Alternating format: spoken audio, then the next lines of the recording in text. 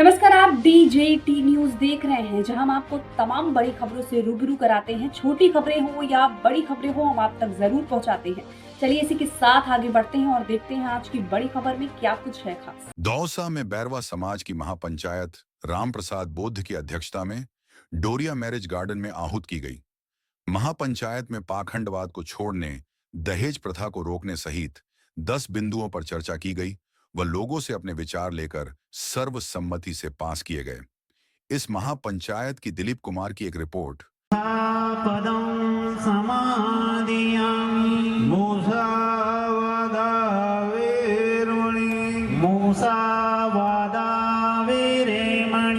शिक्षापदं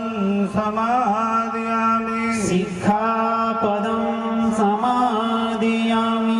हमारे दिल दिमाग में अधिकतर भाई बहनों के अज्ञानता रूपी अंधकार में हम जकड़े हुए हैं।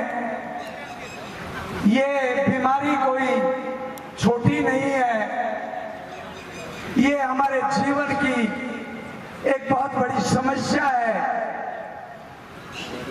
इस समस्या से निजात होने के लिए हमने एक चंद प्रयास करने की कोशिश की है कि इस चंद प्रयास से यदि अगर समाज को लाभ मिलता है तो हमें ये बहुत बड़ी संतुष्टि हासिल होगी कि समाज में आकर हम कुछ कर रहे हैं।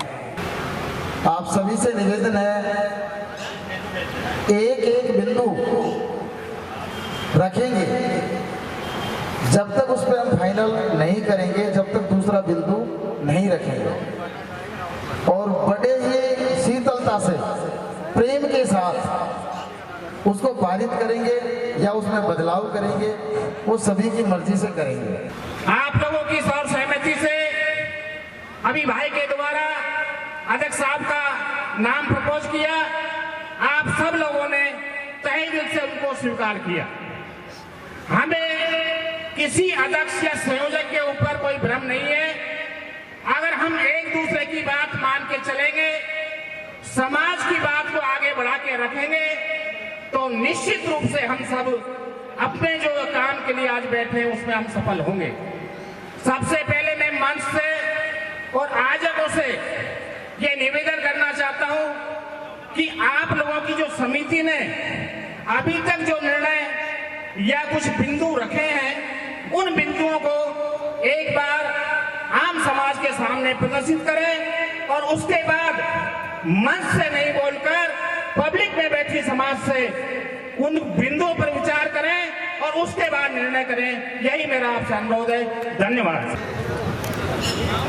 भारतीय संविधान के को आदर्श से सर्वोपरि मूल ग्रंथ की मान्यता समझकर इसकी सुरक्षा, सम्मान, संवर्धन किया जावे तथा प्रत्येक व्यक्ति द्वारा अध्ययन किया जावे। वह अनुच्छेद 13 और 51 का पूर्ण पालन किया जावे। हवन, यज्ञ, कथा, उपवास, भागवत, पैदल यात्रा, चढ़ावा, दान, दक्षिणा जैसे फिजूल खर्चों पर समाप्त किया जावे। पहला बिंदु है सर, भारतीय संविधान को आदर्श सर्वोपरि मूल ग्रंथ की मान्यता समझकर इसकी सुरक्षा, सम्मान, संवर्धन किया जावे तथा प्रत्येक व्यक्ति द्वारा अध्ययन किया जावे। वह अनुच्छेद 13 व 51 का पूर्ण पालन किया जावे। नंबर 1। नंबर 2 है श्रीमान, शिक्षा को बढ़ावा देने के लिए बालक बालिकाओं को समान शिक्षा अनिवार्य है। नंबर 3, जन्मदिन का कार्यक्रम सार्वजनिक रूप से मनाए जाने पर प्रतिबंध रहेगा एवं स्वयं के परिवार तक ही सीमित रहेगा एवं जामना प्रतिबंधित रहेगा। 2 बेस देय होंगे। नंबर 4, शादी समारोह, लड़के व लड़कियों के रिश्ते करने से पूर्व दोनों परिवारों के सीमित व्यक्ति एवं लड़का लड़की अच्छी तरह देखभाल छानबीन कर रिश्ता तय करें, जिससे कि संबंध विच्छेद की संभावना कम से कम वो न के बराबर हो। आगे रिश्ता करते समय, इसी में नंबर 4 में ही रिश्ता करते समय स्वयं का माँ और दादी 3 गोत्र ही लागू होंगे। ये विचार है, मंथन अभी होगा, समुद्र मंथन अभी होगा और उसमें जो निकालेंगे वो जो भी निकलता है आप समझते हो वो आप निकालेंगे। ये जो 10 पॉइंट है ये तय किए हैं, पहले कई बार मीटिंग हुई थी, मैं आपको निवेदन कर रहा हूं। आगे है रिश्ता सगाई गोद भराई में अधिकतम 11 मेहमान होंगे। ये चौथे पॉइंट की बात चल रही है सर। लग्न व टीका में अधिकतम 21 मेहमान होंगे। शादी समारोह में लग्न बाद शादी के सभी कार्यक्रम सूर्यास्त से पूर्व संपन्न होंगे। प्री वेडिंग प्रथा प्रतिबंधित रहेगी। नंबर 5, लड़की वाले अपना लड़की के दिए दान स्वरूप दिए जाने वाले आभूषण एवं सामान विदाई के समय स्त्री धन का कोई जोड़ नहीं दिया जाएगा।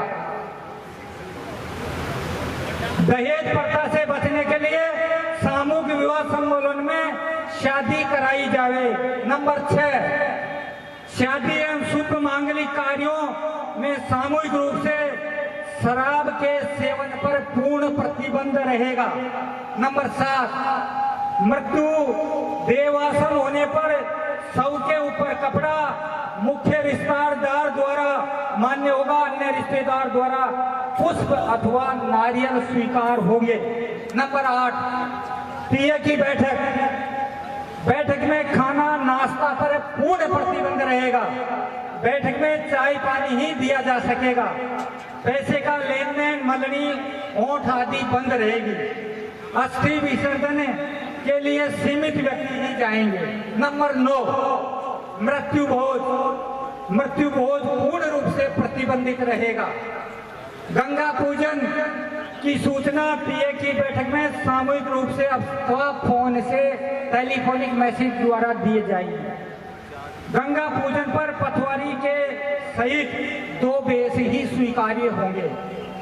पगड़ी रस्म ₹1 ही दिया जाएगा।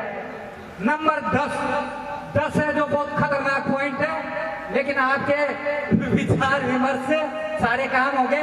बाध्यता नहीं है, आज जो आप फैसला करेंगे वही फैसला हो। नंबर 10, पिकअप डीजे सेट, रास्ते का डीजे बंद रहेगा।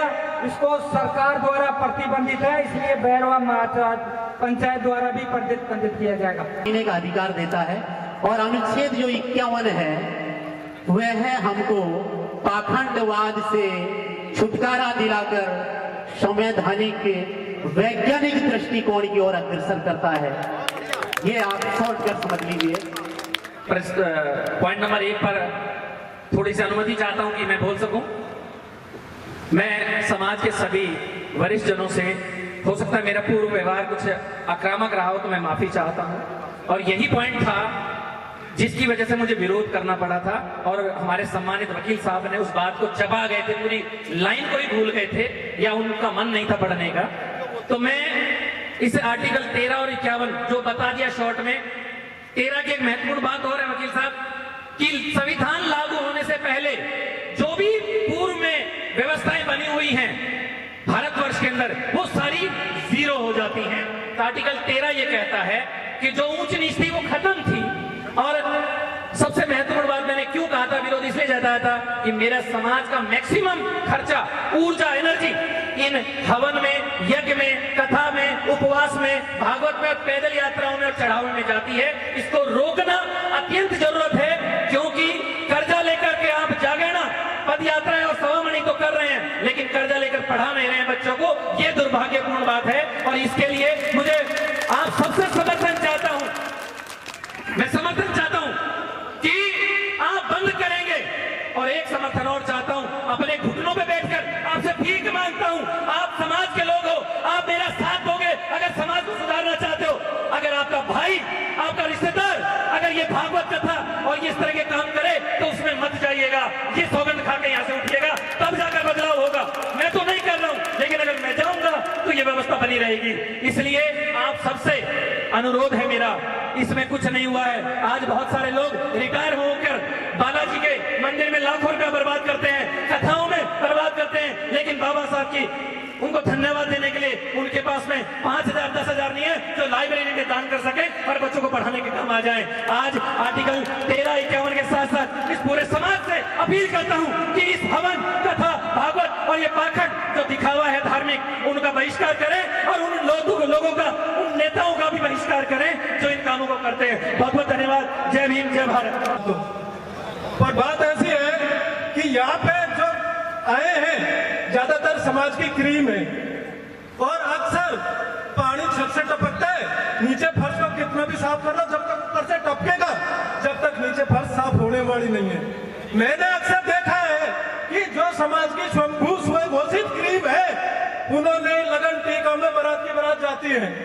आप सब ये सौगंध खाएं और ये प्रतिज्ञा लें कि यदि इन नियमों को हम लागू करेंगे तो सर्वप्रथम हम मानेंगे, अन्यथा समाजद्रोही कहलाएंगे।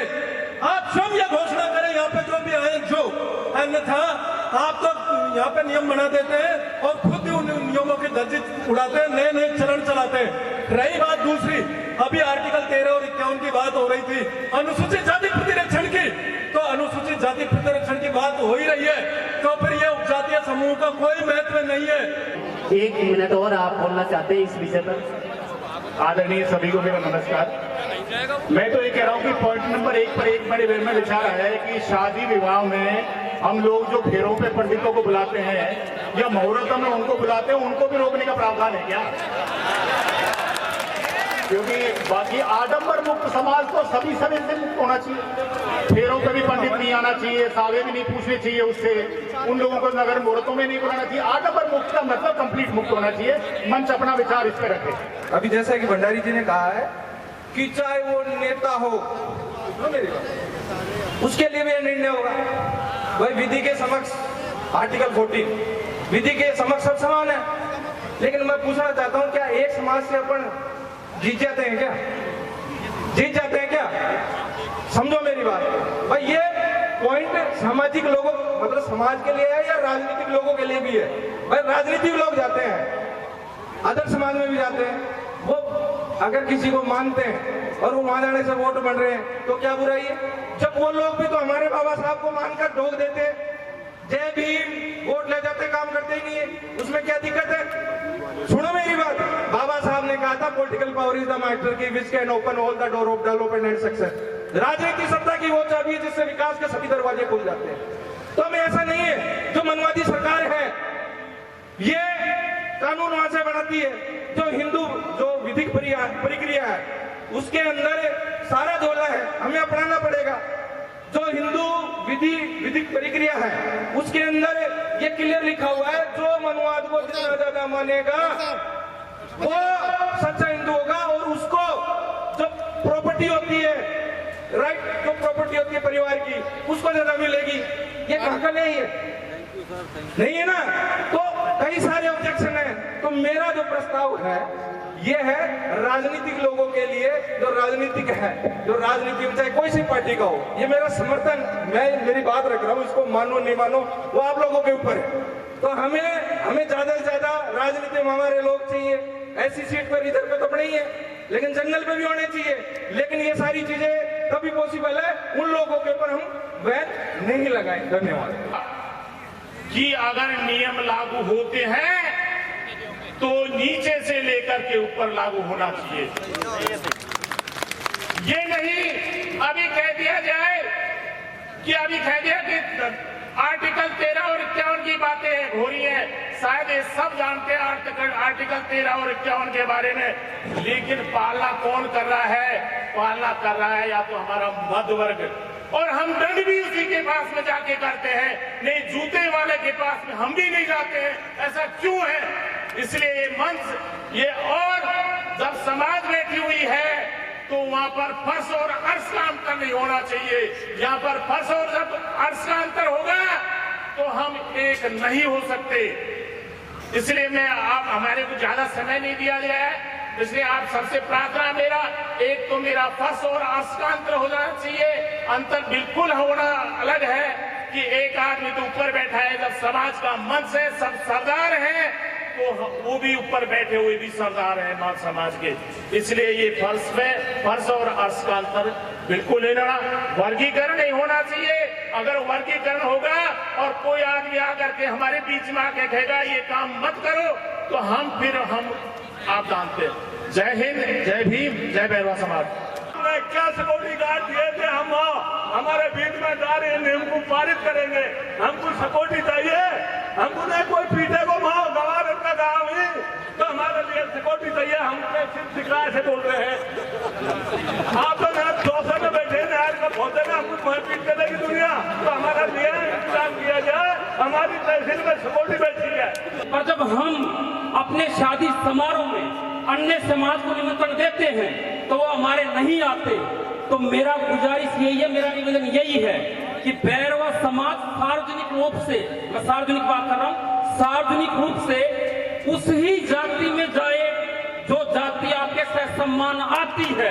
क्योंकि बाबा साहब ने कहा था कि जहां आपको सम्मान नहीं मिले वहां जाना छोड़ दे।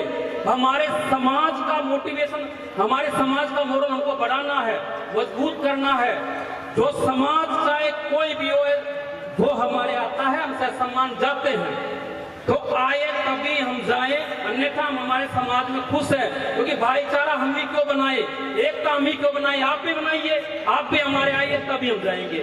धन्यवाद। जय भीम। ईमानदारी से कहना, बाबा साहब पर कौन कौन विश्वास करता है, हाथ उठा करके बोल दे। अब सारी समस्या का समाधान मैं 1 मिनट में बता सकता हूं, अगर तुम्हारे मन में ईमानदारी है और आप बाबा साहब डॉक्टर अम्बेडकर को सच्चे मन से मानते हैं, तो मैं 1 मिनट में समाधान बता सकता हूं सारी चीजों का। यदि तुम बाबा साहब अम्बेडकर के सच्चे अनुयायी हैं तो कहो बाबा साहब डॉक्टर अम्बेडकर की कसम, बाबा साहब डॉक्टर अम्बेडकर की 24 प्रतिज्ञाएं हम आज से लागू करना चाहते हैं। जिस दिन बाबा साहब डॉक्टर अम्बेडकर की 24 प्रतिज्ञाएं आपने आत्मसात कर ली, आपको किसी भी शर्त कानून बनाने की जरूरत नहीं है। आप लोग बाबा साहब को केवल पूजने तक मानते हैं, बाबा साहब की बात नहीं मानते। शादी 2 परिवारों का मिलन है, एक प्रदर्शन का विषय नहीं है, लेकिन हम लोग प्रदर्शन करते हैं, यही हमारी विडंबना है। यदि बाबा साहब डॉक्टर अम्बेडकर की 24 प्रतिज्ञाएं मान ली तो पाखंड खत्म है, शिक्षा जारी है, संवैधानिक मूल्य लागू है। लेकिन हम लोग बाबा साहब डॉक्टर अम्बेडकर की 24 प्रतिज्ञा तो मानेंगे नहीं और बाला बाला बात करेंगे, इसीलिए हमारे समाज का भला नहीं हो रहा है। हेलो वकील साहब, 22 प्रतिज्ञा है, 22 प्रतिज्ञाएं, 22 प्रतिज्ञाएं हैं बाबा साहब डॉक्टर अम्बेडकर की, और 22 प्रतिज्ञाओं के अंदर शादी का समाधान भी है, शादी का समाधान भी है, फालतू रिश्ते भी खत्म है, शिक्षा के रास्ते भी हैं। लेकिन आप लोग बाबा साहब डॉक्टर अम्बेडकर की 24 प्रतिज्ञा नहीं मानेंगे, बेमतलब की शर्त लागू करना चाहते हैं। इनको पीछे धकेलने की जरूरत नहीं है, पॉइंट कहां से आता है। एक शादी में जब डीजे बजता है तो 10 भामाशा तैयार हो जाते हैं। बोलो साथियों, एक शादी में 10 भामाशा तैयार होते हैं डीजे के साथ में। डीजे पर नंबर लिखे होते हैं, हमारी माता बहनें, उनके लड़कियां अबोध ज्ञान होती हैं, वो नंबर ले लेती हैं। जिसके बाद में मेन पॉइंट है ये फोटो खींचने का, रील बनाने का। जब ये रील में चलते हैं, 1-2 तो लड़का होता है उनमें मेन, और वो उड़ाता है वो हवाई जहाज। उसमें हमारे 10 बहन बेटियों के साथ में अत्याचार होता है, नीचे रिश्ते छूटते हैं। तो ये फोटो जो खींचते हैं उनको बंद किया जाए। जैसे कि महापुरुषों ने ये जो कानून बना है ये अपने समाज हित के लिए है और इनकी पालना करना हमारा नैतिक कर्तव्य है। इसमें कोई सुधार हो तो आप मंच पे बता सकते हो। इसमें पॉइंट चौथे पे शादी समारोह के बारे में जैसे लिखा गया है, हालांकि इसमें 3 गोद है, लेकिन मैं देखता हूँ हमारे समाज 4-4 गोद 5-5 गोद मिलान करते हैं। नानी का भी मिलाएंगे, बड़ी मामी का माई का भी मिलाएंगे, ये वो मिलाएंगे। तो इसमें समाज के इस माध्यम से मैं ये मैसेज देना चाहता हूँ कि 3 ही गोद का मिलान करें, अन्य गोद का नॉन माइंड करें। इसमें वेस्टेज भी जाता है, महंगा भी है और कोई ढंग से खा भी नहीं पता। तो मैंने अच्छे IAS अफसरों को वो लाइन में लगते देखा, एक इसमें डालना, एक इसमें डालना, एक इसमें फेंकना है। तो जो भी खाना हो उसको आराम से बैठ करके या तो टेबल कुर्सी या नीचे पंगत में बैठा के जो भी खाना अगर है उसको बैठ के खाना होना चाहिए।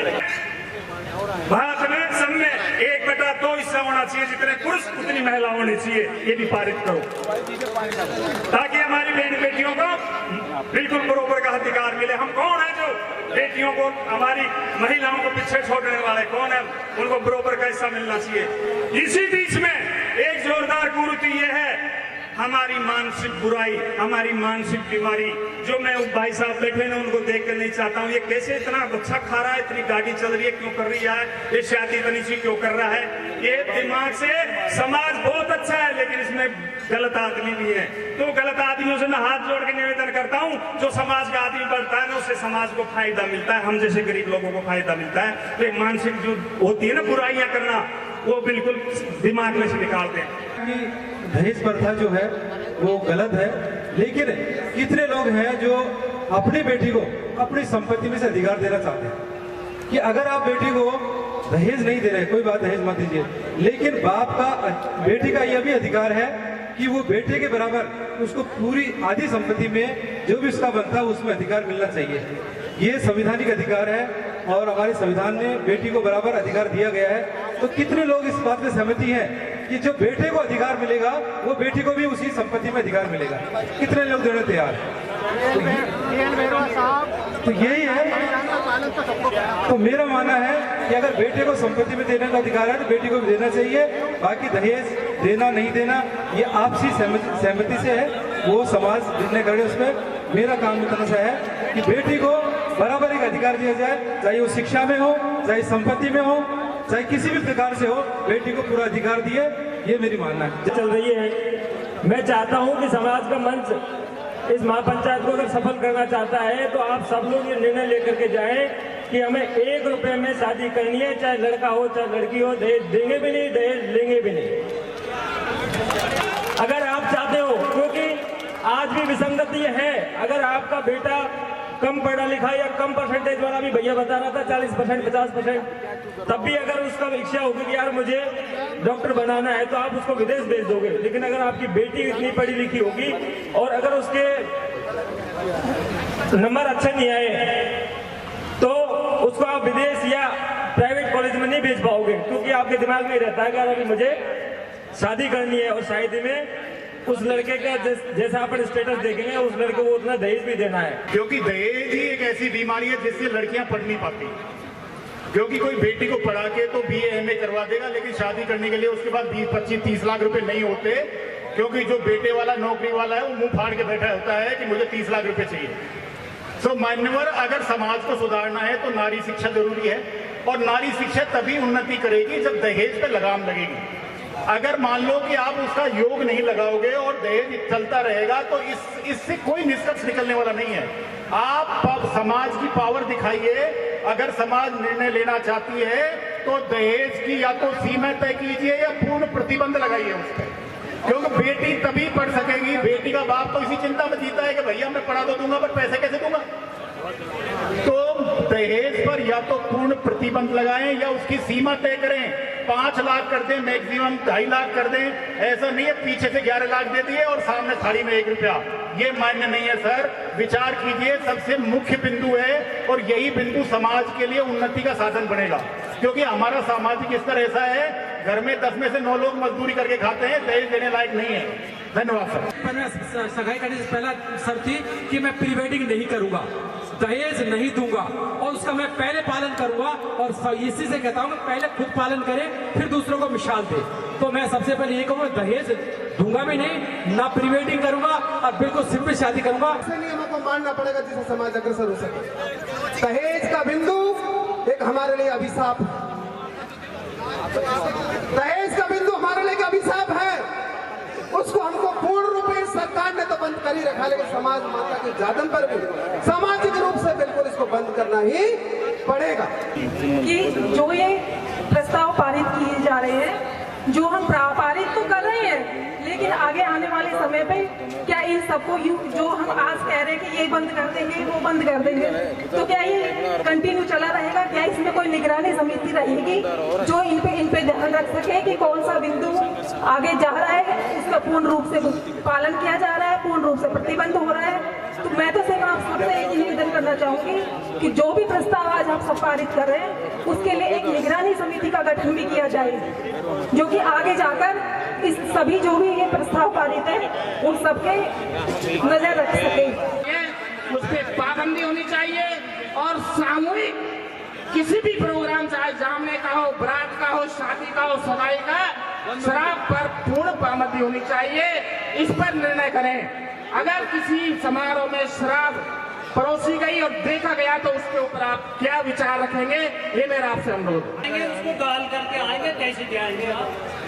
मैं ये कहता हूँ कि वहाँ जाने की जरूरत क्या पड़ रही है आप लोगों को? Very good, thank you. अरे मैं ये कहता हूँ कि भाई जब हम बाबा साहब की सारी मान्यताओं को मान रहे हैं तो ये है कि हवन कहाँ से आ गया, इसको छोड़ दो। मैं ये कहता हूँ कि तीये की बैठक और मृत्यु भोज और उनके ऊपर फेरावनी ये सारी बंद हो जाएगी। चाहिए ये मेरा आप सभी पंच पटोलों से निवेदन है, क्योंकि वहाँ पे जाते हैं तो हमारे साथ में छुआछूत होती है। दूसरी बात छुआछूत तो होती है, हमारा अलग बर्तन रखा जाता है, हमारा सब कछु अलग रखा जाता है, फिर भी हमारे पास में वहाँ पैसे भी लिए जाते हैं। किसी को 11,000 रुपया दिया जाता है तो किसी को बड़े बड़े तो 21,000 भी दिया जाता है। तो मेरे सभी से निवेदन है कि अगर वो पैसे हम गंगा जी में देते हैं, हमारा बेटी या भाइयों में किसी गरीब की शिक्षा में लगा तो वो बच्चा की शिक्षा प्राप्त होगी और आम समाज का हमारा नाम होगा।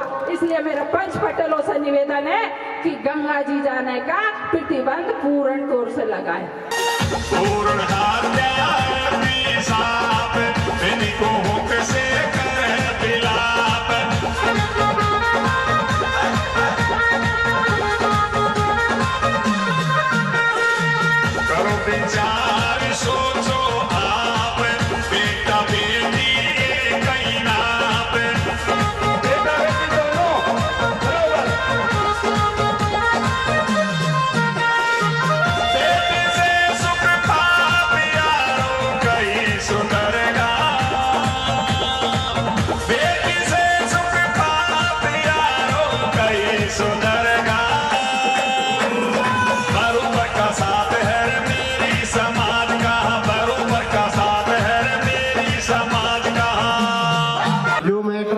अपना गंगा पूजन का और तीसरे की बैठक, तो इसके अंदर गंगा पूजन तब होता है जब हम गंगा जी जाएंगे। तो सबसे मूल मुद्दा है आप गंगा जी जाना बिल्कुल ही बंद कर दो। गंगा जी जाएंगे तो गंगा पूजन होगा, उसके बाद में पगड़ी रस्म होगी। तो इससे यही अच्छा है आप गंगा जी बिल्कुल मत जाओ। आप तीसरे का दिन ही पूरा संपूर्ण कर लो। जो बाबूजी ने बताया था, आपका जो एक पेड़ लगाओ चाहे उसकी जगह 5 पेड़ लगाओ, बहन बेटी मिलके तीसरे के दिन ही वो पेड़ को लगा लो, ताकि फलाए हमेशा। हमारा परिवार से जो भी गुजरा है वो हमेशा फलाए, याद आए कि उसकी टाइम हमने ये पेड़ लगाया था। तो आप संपूर्ण समाज से निवेदन है कि गंगा जी के लिए आप लोग न जाने के लिए सारे सहमत है तो अपना हाथ ऊपर करो। अध्यक्ष जी, पूर्ण रूप से गंगा पूजन और गंगा जी जाना बिल्कुल पारित होता है ये समाज के बीच। लेकिन हमारी समाज जब तक शिक्षित नहीं होगी, यानी हमारे समाज में अभी शिक्षा का थोड़ा अभाव है। जब तक 80% शिक्षित है, 100% जब शिक्षित हो जाएगी हमारी समाज, तो हमारे समाज में जो कुरीतियाँ हैं वो सारी स्वतः ही समाप्त हो जाएगी। और जब तक कुरीतियाँ समाप्त नहीं होगी, जब तक शिक्षित नहीं होती तो कुरीतियाँ समाप्त नहीं होती है। और आज की जो मीटिंग जो 10 नियम बनाए थे वो हमारे जो संयोजक महोदय जी और बनाए गए थे महापंचायत के, उन्होंने इसको समाज में उसको अपने उद्बोधन से बता तो दिया, लेकिन उसको लागू कैसे किया जाएगा, उस नियम को कैसे ग्रामीण स्तर पर हम कैसे लागू करेंगे, उसकी पालना कैसे की जाएगी, उस पर हमें विषय में बोलना चाह रहा था, लेकिन हम कुछ लोगों ने ऐसे बोलने नहीं दिया कि ठीक है समय का अभाव के कारण। तो मेरा निवेदन यही है कि इन नियमों को लागू कैसे किया जाए और इनकी पालना कैसे की जाए। पालना इम्पोर्टेंट चीज़ होती है। हम जब तक ग्राम पंचायत स्तर पर, ब्लॉक स्तर पर, तहसील स्तर पर, जिले स्तर पर इन नियमों को बताएंगे नहीं, हम हमारे गाँव के स्तर तक, वार्ड स्तर तक, कि भाई हमारे समाज में ये इन गंदे कामों से जैसे नुक्ता पड़ता है, दहेज पड़ता है, जो नियम बनाए हैं 10 नियम हैं, उनको हम पूर्ण रूप से लागू नहीं करेंगे जब तक हमारे समाज में जागृति नहीं आएगी। सरकार से दौसा में ये महापंचायत 5 जिलों के आयोजित हुई है। मैं सभी आयोजक और पंचायत समाज के सभी बंधुओं के चरणों में वंदन करते हुए आपकी अपनी बात को ये रखूंगा कि जिस प्रकार से 10 बिंदु इस महापंचायत में पास किए गए हैं, सारे बिंदु बहुत अच्छे हैं और पास करने लायक हैं। लेकिन मैं जिस प्रकार से अभी मतभेद देख रहा था, क्योंकि युवा पीढ़ी और हमारी बुजुर्ग पीढ़ी में थोड़ा सा मतभेद है, तो कुछ बातों में हमें दोनों का सामंजस्य लेते हुए इन सारे प्रस्तावों को पास करते हुए हमें आगे रणनीति बनाते हुए माननीय अध्यक्ष महोदय पूरे बिंदुओं पर अपनी टिप्पणी अब रखेंगे और सभी समाज के चरणों में मैं यही निवेदन करना चाहता हूं कि इस बिंदुओं पर विचार करें और इन्हें लागू करें। जय हिंद, जय भारत। राम प्रसाद बैरवा उर्फ ज्ञान प्रकाश बौद्ध है। आज 18 मई को ये पूर्व से ही निर्धारित बैरवा महापंचायत सुधार समिति के नाम से समाज सुधार के नाम से ये कार्यक्रम आज का था और आज का ये कार्यक्रम आहूत हुआ। बड़े ही शान शौकत और अनुशासन पूर्वक ये समारोह आज संपन्न हुआ और इसमें समाज के बीच में जो समस्या के रूप में जो बिंदु थे उनके ऊपर सर्व समाज की चर्चा हुई और चर्चा होने के बाद में सर्वसम्मति से इन प्रस्तावों का पारित करके इनका अनुमोदन किया। सर्व समाज ने किया है। सर्व समाज बैरवा समाज ने तो इसका पहला बिंदु तो भारतीय संविधान को आदर्श एवं सर्वोपरि मूल ग्रंथ की मान्यता समझकर इसकी सुरक्षा, सम्मान, संवर्धन किया जावे तथा प्रत्येक व्यक्ति द्वारा घर घर में इसका अध्ययन किया जाकर हवन, यज्ञ, कथा, उपवास, भागवत, पैदल यात्रा, चढ़ावा, दान दक्षिणा जैसी फिजूल खर्ची और आडम्बरवाद जैसी व्यवस्थाओं का समाप्त किया जाए। इसी प्रकार से 10 पॉइंट इसमें 10 पॉइंट सर्वसम्मति से प्रस्ताव करके अपने जीवन में अंगीकृत करने का सबने ऐलान किया और ऐलान करने के बाद में सभा का सम्मान विसर्जन किया। मान्यवर बैरवा समाज के सभी बड़े बुजुर्ग, पटेल, युवा, नारी शक्ति जो भी आई, उनको बहुत बहुत धन्यवाद। जो हमने मेहनत की वो सफल हुई और बैरवा समाज में एक बहुत अच्छा संदेश जाएगा। इसको देख के बाकी और लोगों में भी सुधार आएगा और कहीं ना कहीं हम लोग आडंबर से दूर रहेंगे और शिक्षा की तरफ आगे बढ़ेंगे। धन्यवाद। जय भीम, जय भारत। फिलहाल के लिए खबर में बस इतना ही। ऐसी और तमाम खबरों के लिए हमारे साथ बने रहिए और देखते रहिए DJT न्यूज और हमारे चैनल को लाइक, सब्सक्राइब और शेयर करिए, जिससे हम आपको तमाम छोटी बड़ी खबरें हम आप तक पहुंचा सके। धन्यवाद।